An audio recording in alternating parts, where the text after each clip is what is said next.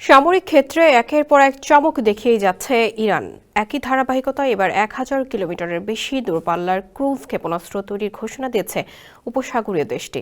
লক্ষ্যবস্তুতে হামলার ক্ষমতা বৃদ্ধির জন্য এই ক্ষেপণাস্ত্রতে ব্যবহার করা হবে কৃত্রিম বুদ্ধিমত্তা বা এআই। ইরানের ইসলামিক রেভলিউশনারি গার্ড কর্পস IRGCর নৌ commander admiral Ali Reza Tangsiri এ ঘোষণা দিয়েছেন। এক প্রতিবেদনে এই খবর জানিয়েছে দেশটির বার্তা সংস্থা মেহর নিউজ এজেন্সি। প্রতিবেদনে আলী রেজা তাংশিরিকে উদ্ধৃত করে বার্তা সংস্থাটি জানিয়েছেন, অপারেশন ভাল ফজর ৮ এর বার্ষিকী উপলক্ষে আয়োজিত এক অনুষ্ঠানে বক্তৃতাকালে তাংশিরি ইরানের নৌবাহিনীর পূর্ণ সামরিক প্রস্তুতির উপর জোর দেন এবং দেশের আঞ্চলিক জলসীমার উপর যে কোনো হুমকির বিরুদ্ধে প্রতিপক্ষকে সতর্ক করেন। স্যান্ডেলিনা সো, রূপচর্চায় আভিজাত্য। আলী রেজা তাংশিরি আরও বলেন, ইরানের জলসীমার বিদেশি কোনো শক্তি যেন না প্রবেশ করতে পারে তা নিশ্চিতে নৌবাহিনী এবং IRGC একসঙ্গে কাজ করেছে।